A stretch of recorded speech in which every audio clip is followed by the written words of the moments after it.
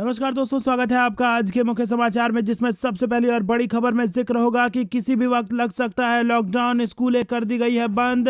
Corona की तीसरी लहर की चपेट में आया भारत और मोदी सरकार ने बुलाई है बड़ी बैठक। इसी के साथ जिक्र होगा उत्तर प्रदेश के विधानसभा चुनाव का, जिसको लेकर योगी आदित्यनाथ करने वाले हैं बड़ा ऐलान। और उत्तर प्रदेश में भाजपा की जीत हो चुकी है लगभग तय। दोस्तों, हर एक खबर की गहराई में आपको ले जाएंगे, लेकिन उससे पहले अगर आपको भी देश की सेना और पीएम मोदी पर पूरा भरोसा है तो आप अभी इस वीडियो को लाइक कीजिए और लाल बटन को दबा के चैनल को फ्री में सब्सक्राइब करके घंटी बजाकर कमेंट में लिखिए जय हिंद। दोस्तों, रुक करते हैं सबसे पहली और बड़ी खबर की तरफ। ओमिक्रॉन की रफ्तार ने बढ़ाई हलचल। एक्शन में केंद्र, पीएम मोदी करेंगे कोरोना पर बड़ी बैठक। जी हां दोस्तों, देश में ओमिक्रॉन वेरिएंट के तेजी से प्रसार के बीच केंद्र सरकार एक्शन मोड में आ गई है। एक तरफ जहां मंगलवार को केंद्र की तरफ से सभी राज्यों को कोरोना संबंधी सख्तियां बढ़ाने को कहा गया, तो वहीं अब गुरुवार को खुद पीएम मोदी एक बड़ी बैठक करने वाले हैं। इस बैठक में पीएम मोदी कोरोना की स्थिति को लेकर समीक्षा करेंगे। बता दें कि ताजा आंकड़ों के मुताबिक देश में ओमिक्रॉन के कुल 213 मामले हो चुके हैं और ओमिक्रॉन वेरिएंट के सबसे ज्यादा मामले राजधानी दिल्ली में हैं। वहीं महाराष्ट्र अब दूसरे नंबर पर है। पिछले 24 घंटे में देश के अंदर कोरोना से कुल 318 लोगों की जान गई है। दिल्ली में ओमिक्रॉन के 57 मामले दर्ज किए गए हैं, तो वहीं महाराष्ट्र में यह आंकड़ा 54 पहुंच गया है। दूसरी तरफ देश में ओमिक्रॉन संक्रमण के बढ़ते खतरे के बीच टीकाकरण की धीमी रफ्तार और बूस्टर डोज को लेकर विपक्ष की तरफ से सरकार की घेराबंदी शुरू हो गई है। कांग्रेस सांसद राहुल गांधी ने बुधवार को ट्वीट कर कहा कि हमारी अधिकांश आबादी का अभी भी टीकाकरण नहीं हुआ है। भारत सरकार बूस्टर डोज कब शुरू करेगी? लेकिन दोस्तों, आपको बता दें कि मोदी सरकार ने कस ली है कमर और पीएम मोदी ने बुला ली है बड़ी बैठक। रुक करते हैं अगली बड़ी खबर की तरफ। ओमिक्रॉन के बढ़ते मामले फिर लगा सकते हैं महाराष्ट्र के स्कूलों पर ताले, शिक्षा मंत्री ने दिया का संकेत। जी हां दोस्तों, देश भर में ओमिक्रॉन के बढ़ते केसेस के बीच स्कूलों पर फिर संकट आ गया है। इस साल मार्च में आई महामारी कोरोना 19 संक्रमण की दूसरी लहर के बाद ही शैक्षणिक संस्थाओं को चरणबद्ध तरीके से खोला गया था, लेकिन अब जैसे जैसे देश भर में कोविड का नया वेरिएंट यानी कि ओमिक्रॉन फैल रहा है, इसके बाद से एक बार फिर स्कूलों पर बंदी का ऐलान हो सकता है। इसके संकेत हाल ही में महाराष्ट्र में राज्य की स्कूल शिक्षा मंत्री प्रोफेसर वर्षा गायकवाड़ ने दी है। उन्होंने राज्य में ओमिक्रॉन के बढ़ते मामलों पर चिंता जताई है। उन्होंने पत्रकारों से बात करते हुए कहा कि अगर मामले बढ़ते रहे तो सरकार स्कूलों को फिर से बंद करने का फैसला ले सकती है। रुक करते हैं अगली बड़ी खबर की तरफ। डेल्टा की तुलना में 3 गुना तेजी से फैलता है ओमिक्रॉन, जरूरत पड़े तो लगाए नाइट कर्फ्यू। जी हां दोस्तों, आपको बता दें कि केंद्र ने मंगलवार को राज्यों और केंद्र शासित प्रदेशों से कहा कि कोरोना वायरस का ओमिक्रॉन स्वरूप डेल्टा की तुलना में कम से कम 3 गुना अधिक संक्रामक है और आपातकालीन संचालन केंद्रों को सक्रिय किए जाने के साथ ही जिला एवं स्थानीय स्तर पर सख्त एवं त्वरित रोकथाम कार्रवाई की जानी चाहिए। वहीं राज्यों और केंद्र शासित प्रदेशों को लिखे पत्र में केंद्रीय स्वास्थ्य सचिव राजेश भूषण ने परीक्षण और निगरानी बढ़ाने के अलावा रात में कर्फ्यू लगाने, बड़ी सभाओं का सख्त नियमन, शादियों और अंतिम संस्कार कार्यक्रमों में लोगों की सख्ती कम करने जैसे रणनीतिक निर्णय को लागू करने की सलाह दी है। पत्र में उन उपायों पर प्रकाश डाला गया है जिन्हें देश के विभिन्न हिस्सों में कोविड-19 के मामलों में वृद्धि के शुरुआती संकेतों के साथ साथ चिंता बढ़ाने वाले स्वरूप ओमिक्रॉन का पता लगाने के लिए उठाए जाने की आवश्यकता है। रुक करते हैं बड़ी खबर की तरफ। सोनभद्र जाएंगे मुख्यमंत्री योगी आदित्यनाथ, 500 करोड़ की परियोजनाओं की देंगे स्वागत, कार्यक्रम स्थल सुरक्षा कर्मियों के हवाले। जी हां दोस्तों, मुख्यमंत्री योगी आदित्यनाथ सोनभद्र आएंगे। करीब 1.5 घंटे के दौरे में बीजेपी की जन विश्वास यात्रा को संबोधित करेंगे। इस दौरान मेडिकल 513 करोड़ की कुल 88 परियोजनाओं का लोकार्पण और शिलान्यास करेंगे। मुख्यमंत्री के आगमन से पूर्व बुधवार की सुबह रॉबर्टगंज नगर स्थित हाइडल मैदान में स्थित कार्यक्रम स्थल और हेलीपैड को सुरक्षा कर्मियों ने अपने कब्जे में ले लिया है। आपको बता दें कि नेताओं के पहुंचने का भी काम शुरू हो गया है। मुख्यमंत्री योगी आदित्यनाथ जिले को 513 करोड़ से अधिक के परियोजनाओं की सौगात देंगे। इसमें 167 करोड़ की 28 परियोजनाओं का लोकार्पण और मेडिकल कॉलेज समेत 345 करोड़ की 50 परियोजनाओं का शिलान्यास शामिल है। तो दोस्तों, अगर आपको भी ऐसा लगता है कि धूमधाम से बनने जा रही है भाजपा की सरकार फिर से उत्तर प्रदेश में, तो वीडियो लाइक करके अपना समर्थन जरूर दर्ज कराइए। रुक करते हैं अगली बड़ी खबर की तरफ। हेमा मालिनी का बयान, कहा मथुरा श्री कृष्ण की जन्मभूमि, वहां बनना चाहिए कॉरिडोर। जी हां दोस्तों, मथुरा की सांसद हेमा मालिनी ने काशी विश्वनाथ कॉरिडोर की तर्ज पर मथुरा में भी कॉरिडोर बनाए जाने की वकालत की है। प्रयागराज में आयोजित कार्यक्रम में शिरकत करने के बाद संवाददाताओं से हुई बातचीत में हेमा मालिनी ने कहा कि काशी विश्वनाथ में बहुत सुंदर कॉरिडोर बना है। अयोध्या में भी भव्य राम मंदिर का निर्माण हो चुका है और इसीलिए सबको लगता है कि मथुरा में भी कॉरिडोर होना चाहिए। संवाददाताओं ने पूछा कि क्या ये मांग वो सरकार के समक्ष उठाएंगी, तो उन्होंने कहा कि ये मांग कर दी गई है। राज्यसभा सदस्य जया बच्चन द्वारा भाजपा को श्राप दिए जाने के सवाल पर हेमा मालिनी ने कहा कि उन्हें इस बारे में कोई जानकारी नहीं है। दोस्तों, रुक करते हैं अगली बड़ी खबर की तरफ। उत्तर प्रदेश में ओबीसी सीटों पर अमित शाह करेंगे फोकस। 140 सीटों पर है अमित शाह की नजर। जी हाँ दोस्तों, उत्तर प्रदेश विधानसभा चुनाव में बीजेपी को 2017 जैसे नतीजे दिलाने के लिए केंद्रीय गृह मंत्री अमित शाह ने मोर्चा संभाल लिया है। बीजेपी के चुनाव अभियान को धार देने के लिए अमित शाह 24 दिसंबर से एक सप्ताह का यूपी दौरा शुरू कर रहे हैं। इसके तहत वो सूबे के अलग अलग इलाकों की यात्रा कर 140 विधानसभा सीटों को कवर करेंगे और बीजेपी के सियासी समीकरण करेंगे, जिसमें खास फोकस ओबीसी बहुल सीटों पर रहेगा।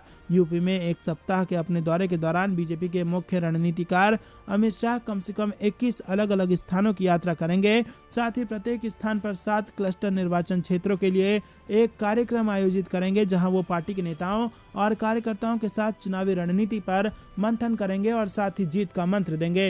रुक करते हैं अगली बड़ी खबर की तरफ। आरएसएस ने हैदराबाद का नाम बदलने से पहले लिखा भाग्यनगर। जनवरी में बीजेपी के साथ बुलाई समन्वय बैठक। जी हाँ दोस्तों, आपको बता दें कि राष्ट्रीय स्वयंसेवक संघ यानी कि आरएसएस और भारतीय जनता पार्टी ने हैदराबाद को भाग्यनगर बनाने का मुद्दा फिर से उठाया है। इस बार सिर्फ मुद्दा ही नहीं उठाया है, आरएसएस की तरफ से किए गए ट्वीट में हैदराबाद को भाग्यनगर कहकर संबोधित भी किया है और इस ट्वीट में अगले महीने हैदराबाद में आरएसएस और इससे जुड़े दलों की समन्वय बैठक की जानकारी दी गई है। बैठक में संघ प्रमुख के साथ बीजेपी अध्यक्ष जेपी नड्डा, महासचिव बीएल संतोष और दूसरे बड़े नेता शामिल होंगे। वहीं आरएसएस के आधिकारिक ट्विटर हैंडल से संघ की समन्वय बैठक की जानकारी दी गई है, जिसमें लिखा गया है कि राष्ट्रीय स्वयंसेवक संघ से संबंधित समाज जीवन के विभिन्न क्षेत्र में कार्यरत विविध संगठन के प्रमुख पदाधिकारियों की समन्वय बैठक अगले महीने 5 से 7 जनवरी 2022 को भाग्यनगर में होगी। दोस्तों, रुक करते हैं अगली बड़ी खबर की तरफ। 50 लाख गन्ना किसानों को साधने में जुटी योगी सरकार। 10 रुपए बोनस देने की शुरू हो चुकी है तैयारी। जी हाँ दोस्तों, आपको बता दें कि आगामी विधानसभा चुनाव से पहले उत्तर प्रदेश की योगी सरकार सभी कील कांटे दुरुस्त करने की कवायद में जुटी है और इसी क्रम में प्रदेश के करीब 50 लाख गन्ना किसानों को भी साधने की तैयारी है। योगी सरकार गन्ना किसानों को 10 रुपए प्रति क्विंटल बोनस दे सकती है। मिल रही जानकारी के मुताबिक चुनाव आचार संहिता लगने से पहले ही मुख्यमंत्री योगी आदित्यनाथ इसकी घोषणा कर सकते हैं। गौरतलब है कि इसी साल सरकार ने गन्ना के न्यूनतम समर्थन 25 रुपए प्रति क्विंटल का इजाफा किया था। हालांकि 4 साल बाद महज 25 रुपए की बढ़ोतरी से किसान नाखुश थे।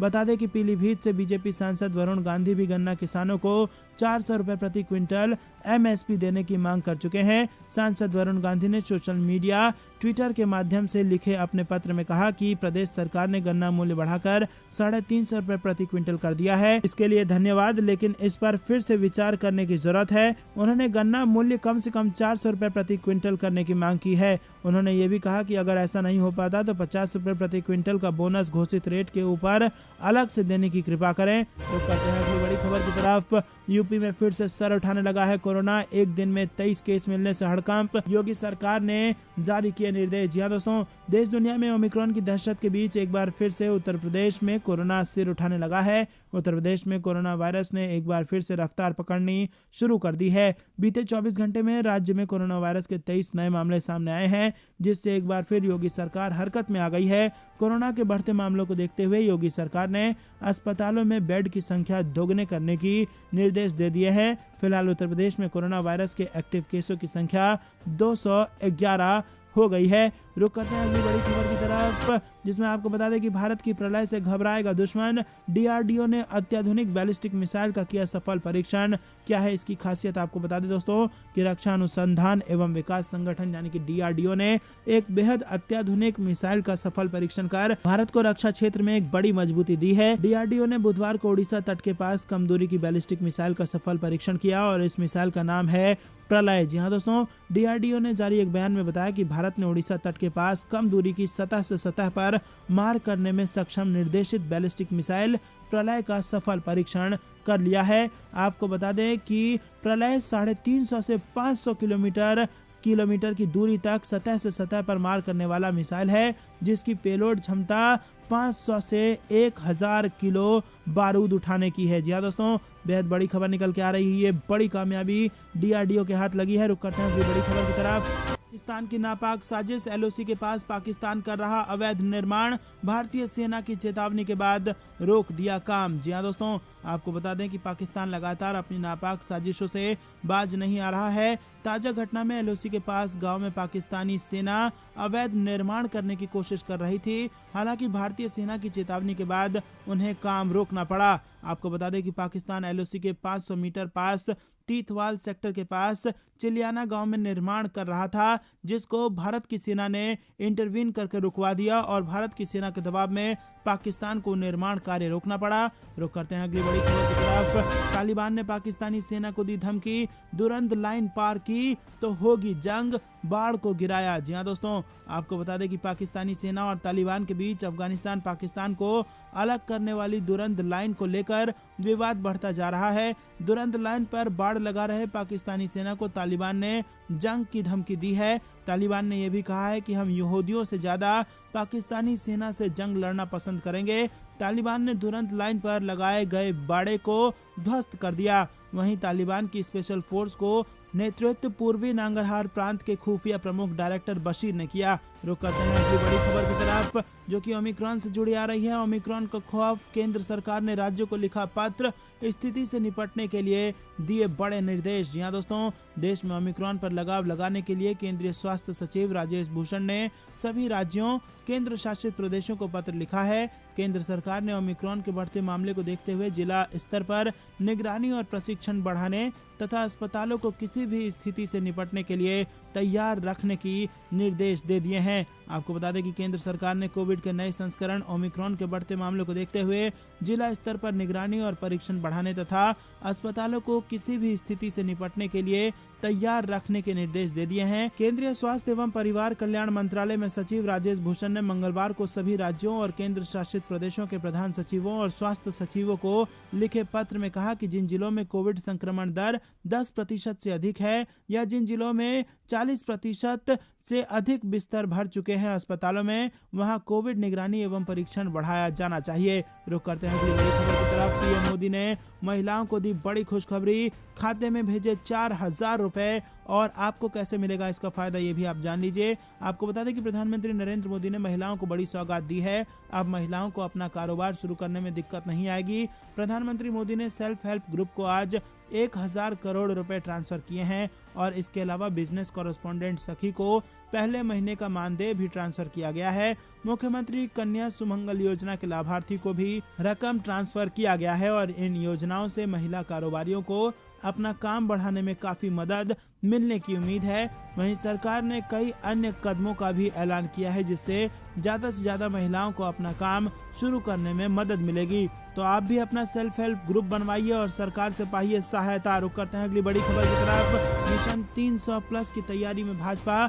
अटल जी की जयंती पर यूपी को कई सौगातें देने की है तैयारी। जहां दोस्तों उत्तर प्रदेश में अगले साल होने वाले विधानसभा चुनाव में भारतीय जनता पार्टी 2017 को फिर से दोहराने की तैयारी में है। भाजपा अपने इसी मिशन के तहत देश के पूर्व प्रधानमंत्री व भारत रत्न अटल बिहारी वाजपेयी की जन्मदिन 25 दिसंबर पर कई बड़ी सौगातें उत्तर प्रदेश की जनता को देने जा रही है। अटल जी की जयंती पर यूपी की योगी सरकार लखनऊ को अटल जी के नाम पर बनने वाले चिकित्सा विश्वविद्यालय की सौगात देगी और इसके अलावा प्रदेश के 1 लाख युवाओं को फ्री में टैबलेट और स्मार्टफोन देगी।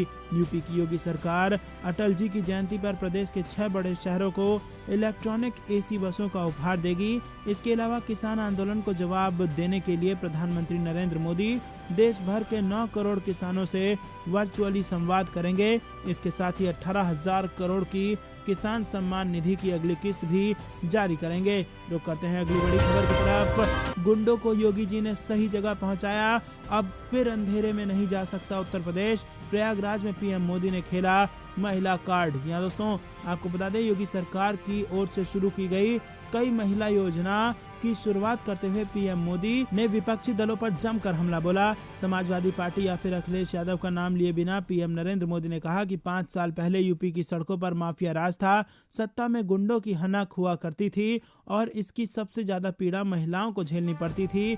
उनके लिए सड़क पर निकलना मुश्किल था। महिलाएं थाने जाती थी तो अपराधियों को छुड़ाने के लिए किसी का फोन आ जाता था। आज योगी जी ने इन गुंडों को सही जगह पहुंचाया है। यूपी में सुरक्षा भी है और अधिकार भी है और इस नई यूपी को अब कोई वापस अंधेरे में नहीं ढकेल सकता। वहीं प्रधानमंत्री नरेंद्र मोदी ने प्रयागराज में कहा कि देश देख रहा है कि उत्तर प्रदेश में काम हो रहा है। उत्तर प्रदेश के विकास की धारा अब किसी के रोकने से नहीं रुकने वाली है।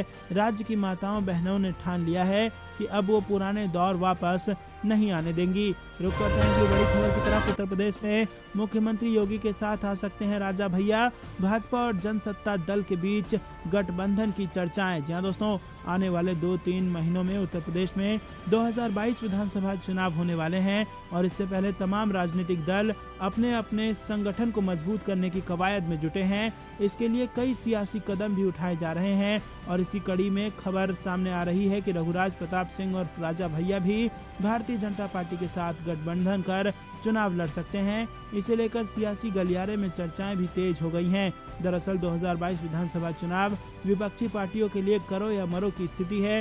वहीं सत्ताधारी बीजेपी के लिए ये चुनाव बचा पाना भी अपने आप में एक बड़ी चुनौती के रूप में सामने दिख रहा है। ऐसे में बीजेपी उन तमाम तबकों को साथ लेकर चुनाव में जाना चाहती है जिनके सहारे 2022 विधानसभा चुनाव की राह आसान हो जाए। रुक करते हैं अगली बड़ी खबर की तरफ। पहाड़ों में बर्फबारी के बाद उत्तर भारत में बढ़ी ठंड, राजस्थान में जमी बर्फ और अगले 5 दिनों में और बिगड़ेंगे हालात। अलर्ट कर दिया गया है जारी। जी हाँ दोस्तों, पहाड़ों में हो रही बर्फबारी के बाद मैदानी इलाके में भी ठंड का प्रकोप बढ़ गया है। राजस्थान के कुछ इलाकों में पारा माइनस में पहुंच गया है। वहीं माउंट आबू में बर्फ जमने की तस्वीर देखी गई है। मौसम विभाग के मुताबिक अगले 5 दिनों तक मैदानी इलाकों में कपकपाने वाली ठंड पड़ सकती है। विभाग ने इसे लेकर अलर्ट जारी कर दिया है। मौसम विभाग के अनुसार आने वाले 5 दिनों में हरियाणा, मध्य प्रदेश, झारखंड, उड़ीसा, पंजाब, दिल्ली, उत्तर प्रदेश, राजस्थान, छत्तीसगढ़, बिहार, गंगेय पश्चिम बंगाल, सौराष्ट्र, कच्छ, विदर्भ और तेलंगाना में कुछ स्थानों पर ठंड का कहर बढ़ सकता है।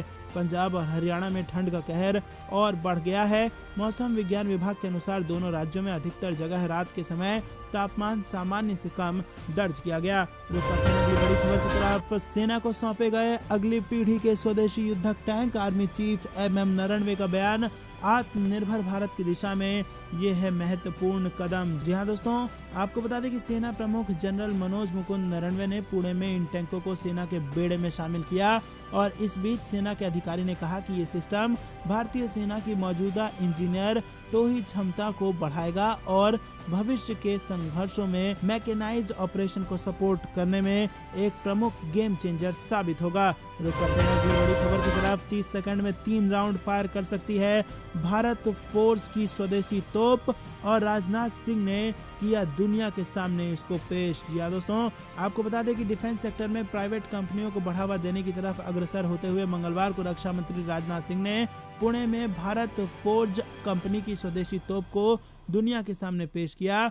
155X39 mm multi terrain artillery gun यानी MRG 115 BR को दुनिया की पहली ऐसी तोप माना जा रहा है जो किसी ट्रक पर माउंट है और सोमवार को ही रक्षा राज्य मंत्री अजय भट्ट ने संसद में बताया था कि पिछले 5 सालों में रक्षा क्षेत्र में निजी कंपनियों को कुल 194 औद्योगिक लाइसेंस जारी किए गए हैं। तो दोस्तों, भारत में बना है 3 राउंड 30 सेकंड में फायर करने वाला तोप जो दुनिया में अकेला ऐसा तोप है जो ट्रक पर माउंट होगा। रुक करते हैं बड़ी खबर की तरफ। आधार को मतदान सूची से जोड़ने से क्या होगा लाभ, सरकार ने दी इसकी बड़ी जानकारी। जी हाँ दोस्तों, बीजेपी संसदीय दल की बैठक में केंद्रीय कानून मंत्री किरण रिजिजू ने चुनाव संशोधन विधेयक में वोटर आईडी को आधार से लिंक करने के फायदे बताए। कानून मंत्री ने कहा कि इससे जहां चुनाव सुधार को बल मिलेगा, वहीं कई ऐसे लोगों जिनके पास एक से अधिक वोटर आईडी है उन पर भी रोक लगाई जा सकेगी। तो दोस्तों, ये बेहद बड़ी खबर निकल के आ रही है। अब वोटर आई कार्ड को आधार कार्ड से जोड़ दिया जाएगा।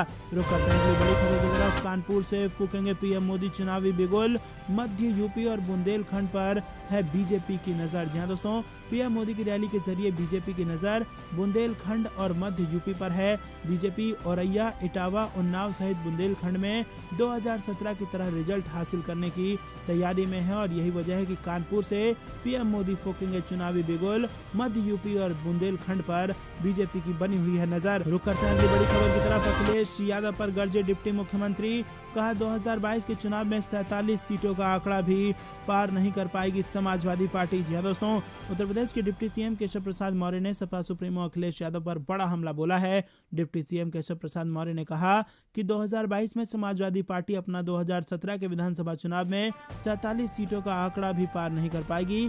डिप्टी सीएम ने कहा कि यूपी में अभी तक 400 से अधिक सीटों पर जीतने का दावा करने वाले अखिलेश यादव अब पूर्ण बहुमत की सरकार पर आ गए हैं। आने वाले दिनों में सपा की करारी हार होने वाली है। वहीं आपको बता दें कि कांग्रेस पार्टी पर भी डिप्टी सीएम केशव प्रसाद मौर्य ने निशाना साधा। प्रियंका गांधी के महिलाओं को 40% आरक्षण की बात करने के बाद बीजेपी के बैकफुट आने वाले सवाल पर डिप्टी सीएम ने कहा कि पहले जहां पर कांग्रेसी सरकारें हैं वहां पर कुछ ऐसा करके दिखाइए, तब शायद कोई आपकी बात माने।